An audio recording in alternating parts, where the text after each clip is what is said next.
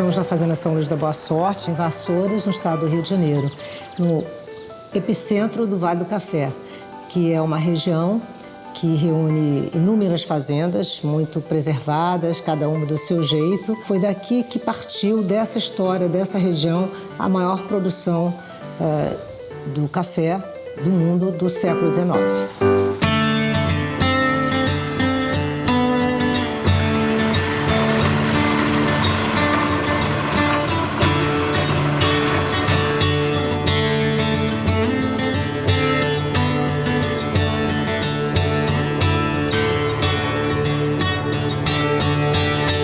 A São Luís da Boa Sorte é a junção de duas fazendas, a São Luís e a Boa Sorte. Essa aqui que nós estamos hoje, onde vocês estão filmando, chama-se Boa Sorte.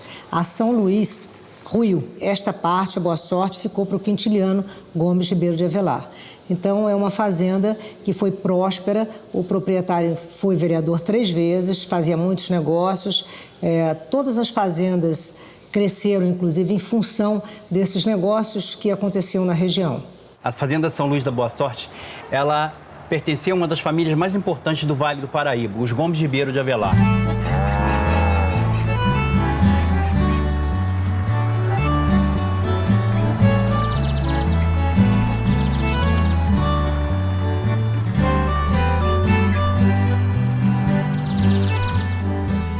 Essa casa aqui, a casa do Coronel Quintiliano. A partir do momento que o Barão de São Luís vem a falecer, o coronel passa a ser a figura principal. Ele já tinha a responsabilidade de ser sua casa a casa de comércio. E a partir desse momento ele começa a agregar valor ao seu imóvel. A escada em cantaria portuguesa para subir no alpendre em direção à casa. A casa era dividida em 3 partes: comercial, social e parte íntima. Da porta para dentro, só adentrava quem era convidado do coronel. Se fosse apenas um comerciante, por aqui que ficava. As negociatas sempre demoravam tarde e noite. E no final da tarde, esse comerciante que não tinha intimidade pedia hospedagem. O dono da casa não deixava ele entrar na casa, mas havia um quarto preparado para ele, a alcova, que eu gostaria que vocês conhecessem.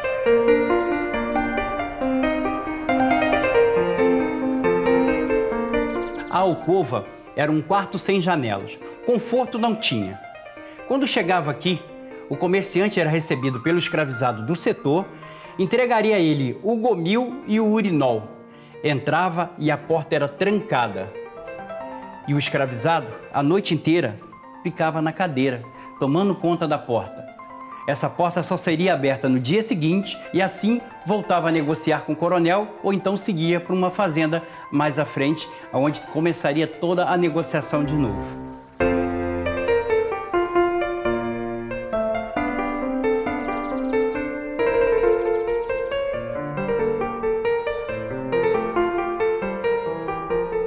E aqui dentro da área social, essas 2 salas eram as salas mais imponentes da casa. O Brasil, com a chegada da família real por aqui, passa a ter um luxo maior. Aqui seria a sala das senhoras, onde elas passavam boa parte do dia aprendendo a bordar, a costurar, os afazeres da casa e recebiam também as senhoras que vinham com os senhores importantes a negociar por aqui.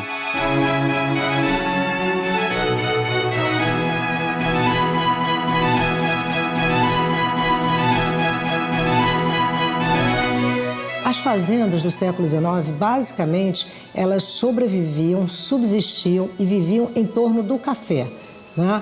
Então, elas tinham a facilidade de operar num momento em que a corte, a família real, dava muito apoio às fazendas. Havia uma troca de energia e de negócios, uma coisa muito sincronizada.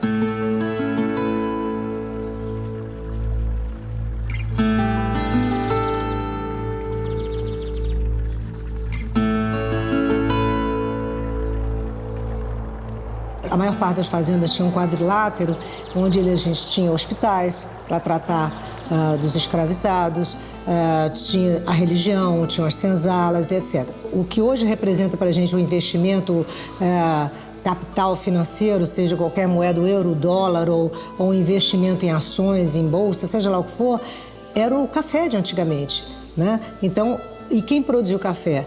era o negro escravizado. Então, o negro escravizado era a figura mais importante daqui, ou seja, era o patrimônio do senhor. Então, você vê que, dependendo da idade e da qualificação, né, a qualificação a que eu me refiro é a qualificação do trabalho. Por exemplo, uma ama da casa valia 1.400 contos de réis, um escravizado já mais velho valia menos, valia 500, 700, 200, dependia. Então, esse valor variava muito.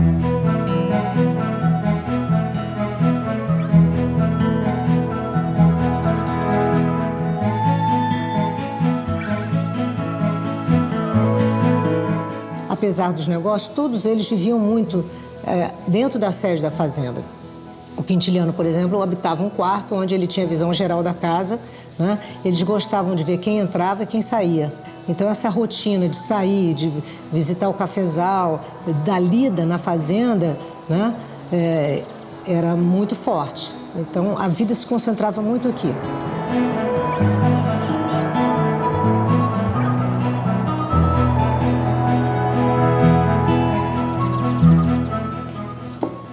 Esse espaço aqui, nós chamamos do Espaço do Barão, porque aqui ele ficava a maior parte do dia. Lógico que ele acordava muito cedo, mas daqui ele tinha visão de lá, da senzala, e aqui ele tinha um quarto, onde ele ficava com a esposa, e a esposa também ia para outro quarto, onde ficava eventualmente com as filhas, que eles tinham muito cuidado com as filhas. Vou mostrar para vocês aqui algumas peças curiosas. Por exemplo, essa peça aqui é um móvel que o barão utilizava no seu dia a dia e tinha sempre um escravo atrás dele carregando esse móvel. Hoje ele está aberto, aqui ele está com algumas cabeças, mas ele normalmente ficava fechado exatamente para que ele pudesse guardar todo o seu... Isso aqui era como se fosse um pequeno banco de documentos e de dinheiro, esse arcais. Então, ele fechava aqui com essa chave, ok? E aí onde ele ia, que ele ia trabalhar, ele tinha documentos, e ia um escravo levando essa peça com ele. Então, coisas que ele usava no dia a dia, a gente colocou aqui nesses elementos. Por exemplo, essas chaves de cofre, chaves de portas, maciças, grandes. Isso aqui, quando ele andava a cavalo, ele pegava água, não só ele, mas as pessoas na fazenda que tinham o maior influência usavam de prata, outros usavam de outros materiais. Mas então, você passava na beira do rio, bebia água, né?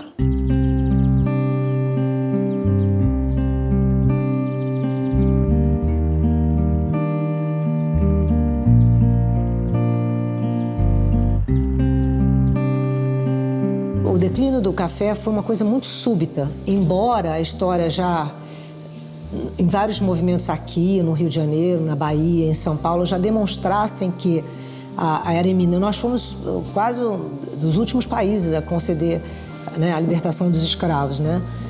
E então as pessoas, ainda assim, né, os fazendeiros não estavam preparados. Muitos quebraram geral, quebraram total e trouxeram mão de obra de fora, de Portugal, da Itália, né? Muitos dos italianos foram para São Paulo e em troca de terras, né, para moradia e para o cultivo.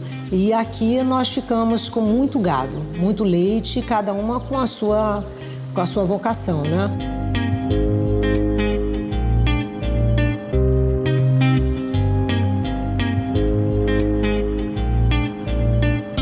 Após a morte do Barão de São Luís, nós tivemos vários proprietários aqui, ao longo de gerações, nenhum da família, né? E nós, particularmente, entramos aqui na propriedade quando o último proprietário deixou a fazenda. Há várias histórias aqui de pessoas que saquearam a fazenda, né? A fazenda foi saqueada. Então, nós fizemos um trabalho muito, muito longo de restauro, né? E chegamos ao que é hoje, né?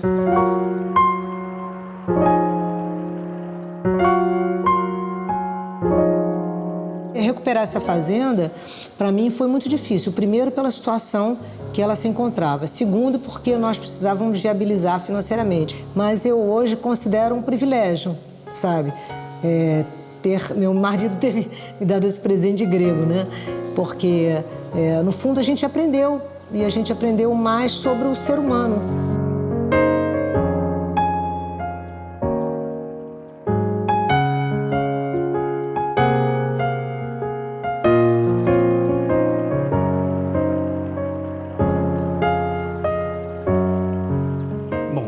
aqui era a sala dos senhores. As mulheres de forma alguma entrariam numa sala como essa.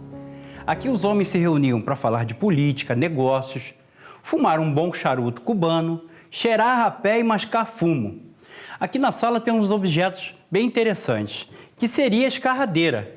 Uma peça como essa, dentro de um ambiente como esse, era de muita riqueza. Só os nobres que tinham escarradeiras em casa. Dentro da sala, era muito fácil reconhecer as pessoas importantes. Havia uma hierarquia. No canapé principal, sentava sempre o dono da casa e o convidado principal. Nas cadeiras com braço, aqueles senhores que tinham o título de barão. Aqueles senhores que não tinham título sentavam em cadeiras sem braço dentro da roda social. E aqui eles discutiam política, negócio e tudo o que acontecia no Vale do Paraíba.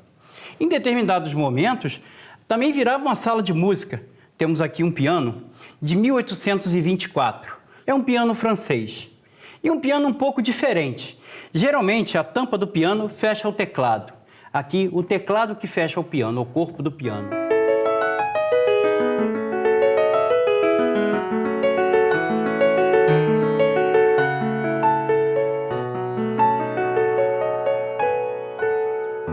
No século XIX, no contexto original da casa, havia uma parede ao meio aqui. O homem dormia separado da mulher. Deste lado, o quarto da sinhá Emília, esposa do coronel, uma porta ao meio, e do outro lado, o quarto do coronel Quintiliano. Essa parede aqui, ela foi retirada em 1873. O Conde de manda uma carta ao coronel, e o coronel Quintiliano faz uma grande reforma na sua casa. O conde ficou hospedado aqui 20 dias. Naquele momento da história, a princesa Isabel estava governando o Brasil e o conde se auxiliando. Na verdade, ele seria o príncipe regente naquele momento. Por isso que a casa é uma casa real.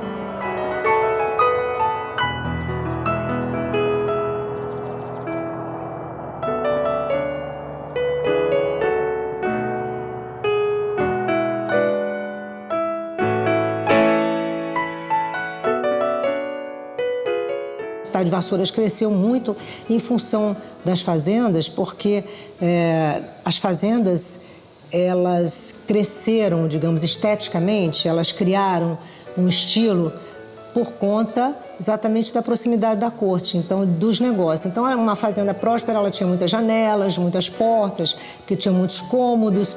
Então, foi esse negócio paralelo de vidros, de cristais, foi fortalecendo outros negócios aqui na região também. Vassouras se tornou um grande polo de alta costura e de cristais e de vidros, né? As palmeiras imperiais são um legado da corte portuguesa, né?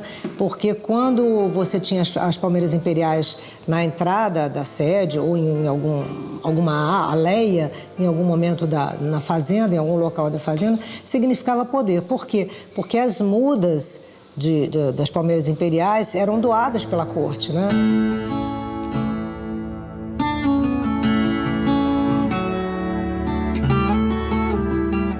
Bom, aqui a sala de jantar montada para um jantar de negócios no século XIX, onde só sentava à mesa os homens. Cada um tinha o seu lugar certo de sentar à mesa, marcados por esses pequenos pavãozinhos, onde colocava o cartão com o nome da pessoa. Na parte de lá, sentava o coronel Quintiliano. Sentava lá para controlar quem era bem servido à mesa e quem circulava dentro da sua casa. Lá sentava o convidado principal. Aquele senhor que veio aqui fechar um bom negócio com o coronel Quintiliano. Havia o hábito de botar pessoas do seu convívio político e econômico em torno, porque durante o jantar eles iam negociando.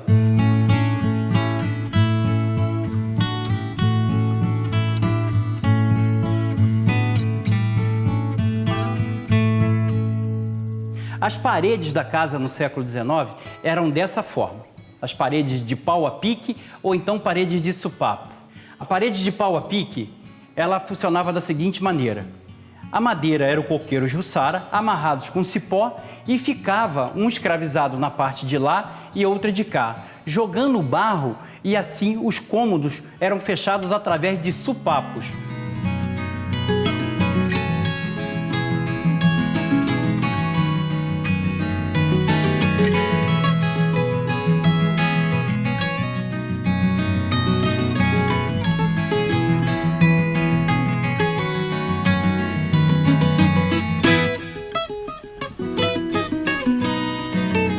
Esse espaço aqui é o átrio. Seria o coração da casa. Quando a família real chega ao Brasil, o contexto das casas começa a modificar. No século XIX, a função do átrio era a seguinte: não deixar a fumaça e o tempero passar por restante da casa, iluminar e ventilar a casa inteira, e no momento íntimo, as mulheres ficavam por aqui em trajes íntimos. Um traje íntimo no século XIX era um saco que fechava do pescoço ao tornozelo. Elas só tomavam sol no rosto.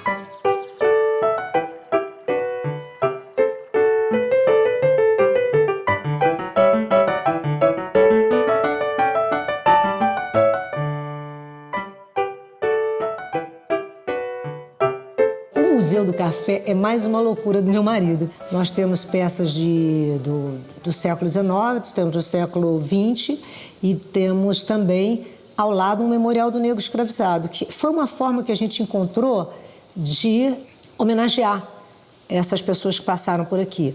Mas eu acho que o mais importante é manter esse patrimônio para que um dia a gente, olha, foram nossos antepassados lá atrás que fizeram, né?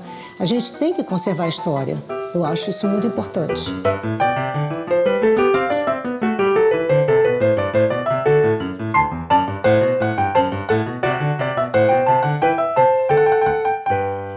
Máquinas como essas começaram a chegar aqui já bem no finalzinho da segunda metade do século XIX. O café era colocado no cone, ele subia, descia, sendo peneirado o tempo inteiro. No meio aqui, ele era soprado a palha e o que não era café lá para fora, peneirado mais uma vez e o café saía limpo aqui nessas bicas, aonde dividia o café inteiro, meio café e as fagulhas. Esse café que era negociado para fora do Brasil.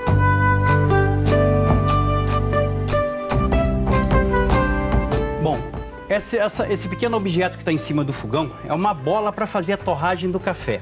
Em 40 minutos a 1 hora, ficava sendo girado dessa forma até ele entrar num ponto de torra, que fica dessa maneira.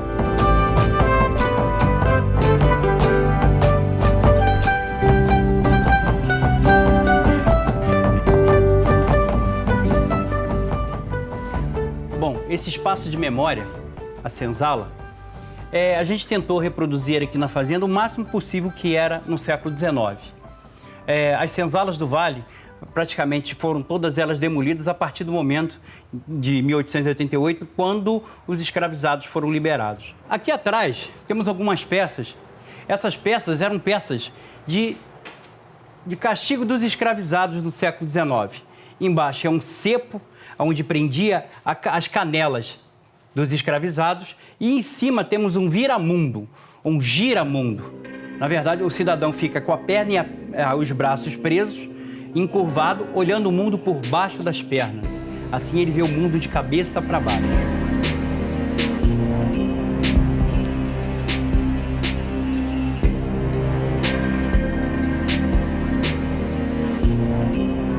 Bom, aqui é o nosso cafezal.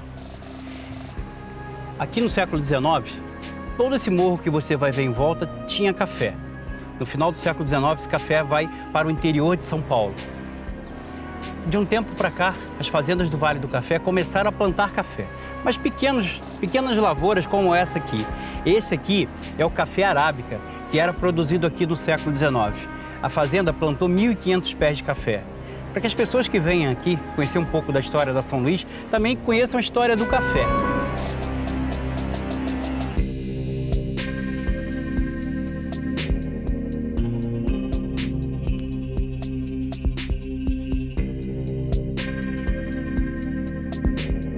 A gente está desenvolvendo um projeto agora de agricultura assim, trópica, né, para recuperação de nascentes. Assim, é outra história, porque também não é fácil.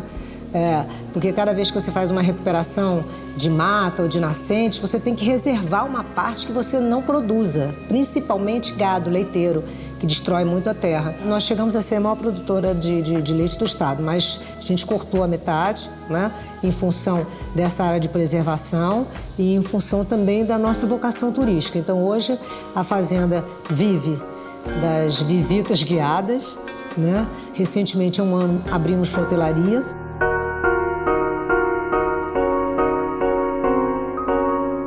Fazer parte da história da São Luís, para mim é super importante porque foi um ciclo, já são 15 anos que nós cumprimos, né?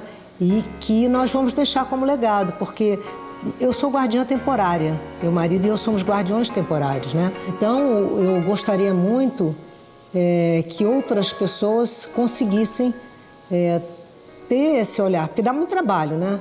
E que os governos também olhassem, porque a história brasileira é muito rica, a história de Minas, de São Paulo, do Rio, dos interiores, né? Que os interiores tivessem esses olhares, assim. Se Deus quiser, a gente vai ter. Eu espero que a gente consiga se manter de pé por muito tempo.